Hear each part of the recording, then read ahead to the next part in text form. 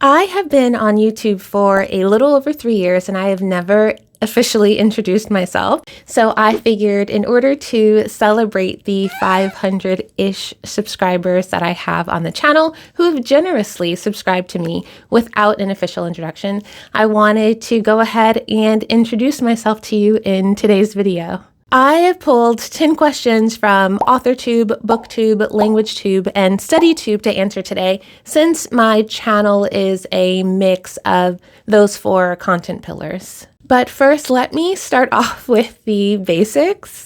My name is LaShawn Daly. I am an assistant professor in the English and Comparative Literature Department at San Diego State University. I am also the director of the National Center for the Study of Children's Literature and the director of the Children's Literature program here at SDSU. As an undergraduate, I received my BA in English Literature with a concentration in creative writing and a double minor in print journalism and psychology, if I am remembering that correctly. I then went on to pursue my MFA in fiction at Sarah Lawrence College, where I was also studying dance. And then a few years later, I went to pursue a second master's at UC Berkeley. That second master's is in folklore, before pursuing my PhD in performance studies with a concentration in new media. And during all of those years at UC Berkeley, I was also studying dance. So while now as a professor and a full-time researcher, my work is very interdisciplinary. I am an interdisciplinary scholar. I do, in the sort of kind of simplest of terms, like to describe my work as that I study the performance of race and gender in children's literature with a focus on Black girlhood. So with that, let me answer the first question, which will be from AuthorTube. And that question is, which genres do you write in? I currently write across the spectrum of contemporary children's literature, all the way from picture books to young adult novels. Although as an undergrad, I did write short fiction and flash fiction, I also wrote for magazines and newspapers and newsletters as well. I also studied poetry and wrote poetry, and in grad school I was also writing and performing spoken word poetry. But I would say for now, a huge part of the work I do is predominantly within the children's literature industry. Actually, my first major publication was a children's picture book called Mr. Okra Sells Fresh Fruits and Vegetables. It was published in 2016, so it actually turns 10 this year. As for what I was writing during my MFA, I actually wrote a young adult novella, which since I have graduated in the past 2 decades, I have actually turned into a middle grade novel. And I will actually leave the video where I talk about why I have shelved that project for now. I do plan on going back to it. But what I have been focusing on the most is my contemporary YA novel, which I've been calling Project Seoul since it takes place in Seoul, South Korea. And that is the novel that I am hoping will be my novel debut. I will begin querying that novel this summer, so please stay tuned and please support me while I am in the querying trenches. And my second question from AuthorTube is, what is your writing routine? Because writing is a part of my work as a professor as well as a professional writer and researcher, I generally end up writing between Monday and Saturday for an average of 15 hours a week. My general baseline is 10 hours a week, so at the beginning of the week, whenever I sit down and look at my schedule, I make sure that I have at least 10 hours of writing blocked out on my schedule every week. And because I track all of my hours in 2025, in my 2025 wrap-up, I actually was able to see that the most amount of writing that I did in 1 week in 2025 was around 25 hours, but that is relatively unusual, and I can see that was also something that I did during breaks. So when I have breaks such as spring break, summer break, or even winter break, I tend to write more hours than I normally would when the semester is on. I usually try to take Sundays off from writing, but when I am on deadline, I am writing all days, all times, until I am able to get that writing project done. Now for some questions from BookTube. The first question is, when did you start reading?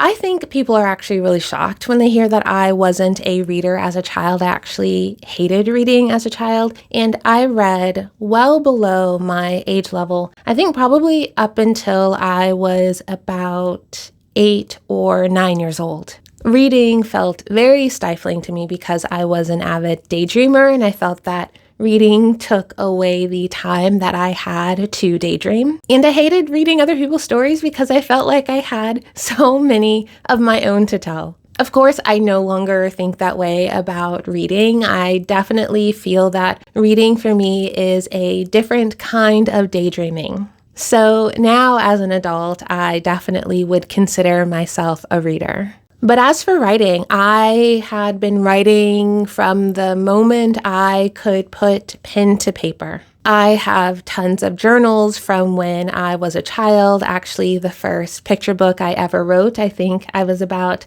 5 or 6 years old, and it was about a rose that didn't know how to bloom, and so it had to teach itself how to bloom. And even before I could write, I was thinking of stories and coming up with stories, and I was happily telling them to my stuffed animals, as well as to any family member, whether that was my mom or my siblings, who would listen to my stories. So the second question from BookTube is, what kind of books do you like to read? So at this time in my career, I almost only exclusively read children's literature, so from picture books, middle grade YA, although I do sometimes read early reader chapter books. I only tend to read those when I am working on a particular project or I'm thinking of developing a particular project where I am needing to read these early readers. I would say on average, I am definitely reading more YA than I am reading middle grade. And then I'm also reading more picture books than I am reading middle grade. I am hoping that sometime in the future I will be able to prioritize more middle grade novels. And maybe even one of these years I will make sure that I am perhaps only reading middle grade. We'll see. And then as for my favorite genres, I love contemporary romance, and I also really enjoy historical fiction. Now, as for the last BookTube question, it is, what was or is your favorite book? I'm actually going to reframe this question and think about the novels that I read during my childhood that still impact me today, books that I have reread or books that I still actively think about. Of course, there is Island of the Blue Dolphins by Scott Odell. I will link a conference blog that I created a couple of years ago where I went to a children's literature conference in Santa Barbara where we learned about the Indigenous woman who was the inspiration for Island of the Blue Dolphins. I also still actively think about Anne of Green Gables by L.M. Montgomery. I also really love The Chosen by Chaim Patak. I still think about Night by Elie Wiesel. And of course, Roll of Thunder, Hear My Cry by Mildred D. Taylor. And lastly, I really enjoyed reading A Lesson Before Dying by Ernest J. Gaines. Now, as for questions from LanguageTube, and the first question is, what language are you learning and how do you stay motivated when learning your target language? I'm currently learning Korean. I started dabbling in learning Korean back in 2019, but I didn't officially start learning the language until after I had spent 6 weeks in South Korea during the summer of 2023. When I came back, I had enrolled in a private class with a Korean language tutor. I had those private classes from July of 2023 to May of 2025. And then last fall, beginning in September, I had started a 12-week synchronous course, and that class lasted up until December. So then at the beginning of the year, I have started doing self-study, but I do plan on enrolling in an asynchronous class this year. Now, as for staying motivated, I actually really love learning languages. I had grown up in Miami, and so Spanish was one of the languages that we were taught in, I really want to say first and second grade, but it was also a language that many of my friends spoke. Then in the third grade, I transferred into an international studies program where I started learning French. I ended up learning French from third grade all the way up until college. And then at some point during my graduate school years, I ended up informally learning American Sign Language. And then after learning sign language, I dabbled very, very briefly into learning German. But I would say since 2019, Korean has been the language that I have been studying the longest in my adulthood and the language that I am dedicated to becoming proficient in. Now, as for staying motivated to learn Korean, I honestly, I consume a lot of Korean content, so that definitely keeps me motivated. Also, my young adult novel takes place in Korea, so learning the language and making sure that I am getting these kinds of representations correct is also keeping me motivated to learn the language. And because I want to continue to travel throughout South Korea, learning the language is a must if I want to be able to converse with locals. And then I will say that the last thing that's keeping me motivated is that I actually really enjoy the sound of Korean. I also think that the Korean alphabet, or Hangul, the Korean typography, is actually really aesthetically pleasing to me. So because I enjoy the sound and I also enjoy the way it looks, it continues to draw me in. And so I think just as a result of that, all of those factors combined are keeping me motivated. But I will also say that that doesn't mean that there hasn't been times when I have completely wanted to give up, because learning Korean is hard for me. It is my first script language. I felt particularly discouraged right before I was set to take the TOPIK exam, because even though I had been studying the language for about, or at least officially about 2 years, then I was still really nervous that I wasn't going to pass the exam. And so I thought, well, if I didn't pass the exam, maybe it was then time for me to take a break from Korean, because if I was studying it for those 2 years and couldn't pass the exam, maybe I need a little bit more time with the language, or maybe I should choose another language that I had already learned in either my childhood or my adulthood. But since I ended up passing the first level of the TOPIK exam, that was actually a really great motivator, because it alerted me and sort of kind of encouraged me to see that learning Korean is something that I could actually do. And also, I should say that BTS's comeback is in 2 months, and I want to be able to learn as many songs as I possibly can so that I could sing all of them at the top of my lungs. At the top of my lungs. Assuming that I am able to get concert tickets. So BTS is definitely a huge motivator for me. So the second question from LanguageTube is, what are your goals for Korean? In terms of my goals for Korean, I actually would love to continue to spend time in Korea. So in terms, again, being able to speak to locals, being able to travel around the country is certainly a goal for me.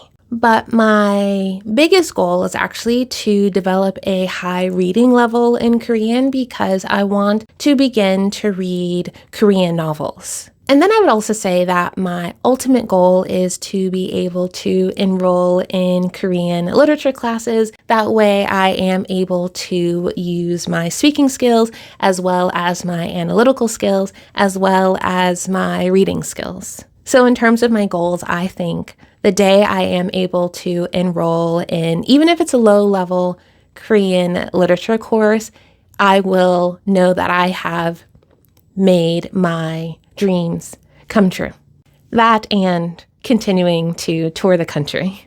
When I visited Korea in the summer of 2025, I was able to speak very remedially. So I think that was good, but I think being able to have more in-depth conversations would also really make me happy. Now, as for the last question on LanguageTube, which is, which language YouTubers do you follow?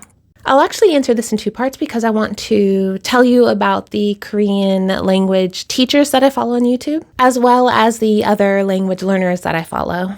So regarding Korean language teachers, I follow Morning Sem, and she was actually my Korean language tutor for those 2 years. So if you are in need of a wonderful language teacher, I highly recommend that you go ahead and book courses with Morning Sem through italki. I also follow Talk to Me in Korean because I think all of their teachers on the channel are excellent. And I also have a few of their beginner textbooks, and I think that they're really great. And I also love Korean with Miss Vicky. I think she is an excellent teacher. She also has a couple of beginner textbooks. And if you go to her channel, you'll be able to see that she's recorded some live classes going through her workbooks as well. And then lastly, I also really enjoy watching Jin Sem. I think that he is also a phenomenal teacher, but particularly I think he is really great at explaining Korean language grammar points. But those are just a few of probably the 30 or 40 Korean language teachers that I follow on YouTube. Now, as for other language learner YouTubes that I really enjoy watching, I follow Madison's channel. She is at Someday Korean. She's been learning Korean, Japanese, and Chinese, and she does a lot of language challenges. So if you are someone who is needing the motivation and wants to be a part of a community of people who are learning one of these 3 languages, I highly recommend subscribing to Madison's channel. I also like watching one word at a time. I think he's currently learning German, but he does a lot of data-driven informational videos that I enjoy watching. So if you are wanting to know sort of kind of the data behind language learning, I highly recommend that you follow his channel too. And then I am also watching Angela learn Spanish, and she is such an inspiration. She learned Spanish and moved to Mexico because she loves Spanish so much. And if you subscribe to her channel, you can watch all of her videos learning Spanish and her recent videos of her vlogging her time moving to Mexico and now living in Mexico. Now, as for the last 2 questions of this Q&A, the last 2 questions are going to come from StudyTube. And the first question is, what software do you use to track your productivity? So I'm quite simple when it comes to how I go about and track my hours. When I am completing a particular task, I always use the Forest app. I have 8 of my tasks listed in the Forest app, even though technically I do complete about 10 tasks daily. But those last 2 tasks I track using Google Docs. So at the end of every day, I look through all of my tasks that I've completed in my Forest app, and then I make sure that they are also ticked off in my Google Docs. And then at the end of every week, I go through my Forest app to make sure I have completed all of my tasks. I also verify that those tasks have been done in my Google Docs. And then I take all of those hours and then I add it into my Google Sheets. And so when I do my wrap-up videos, and I'll actually post my latest wrap-up video in the description box below, when I do those videos, those are all of the hours that I am pulling from. So when they are all in my spreadsheet, then I am able to make pie graphs and pie charts and all bar graphs in order to be able to compare and contrast how I am accomplishing my task and my yearly goals. And now, so for the final question, which is, what is your daily/weekly study schedule? I'm going to say this for almost everything I do, so not just studying Korean, but in terms of even studying for my own profession, in terms of children's literature, or even in terms of keeping up with the latest children's literature research. And even when it comes to my own writing, which I definitely consider as a part of my study habits. And while there is some nuance to my schedule, I would say that I am writing about 2 to 3 hours a day, Monday through Saturday. And that includes my academic writing, my creative writing, and also even writing scripts like this for YouTube. And then generally I am reading about 2 hours a day. I generally spend an hour reading academic text, so that could be an academic research article or chapters from a monograph. And then for the second hour, I am often reading some sort of primary source. So those are any of the picture books or middle grade books or YA books that are on my TBR. As for Korean, I generally study about 30 to 60 minutes per day, and that is most of the time Monday through Sunday. I try not to let myself go a day without studying something for Korean. So in terms of Korean, I try to get between 2.5 hours and 3 hours a week. And I do all of this around my teaching as well as around my admin position. So those are my 10 get to know me questions. Again, thank you so much for subscribing to this channel and for rooting me on and encouraging me over these past 3 years. I look forward to sharing more about myself with you, and I look forward to meeting the next 500 subscribers to my channel. Until then, thank you again for watching, and I will see you in the next video.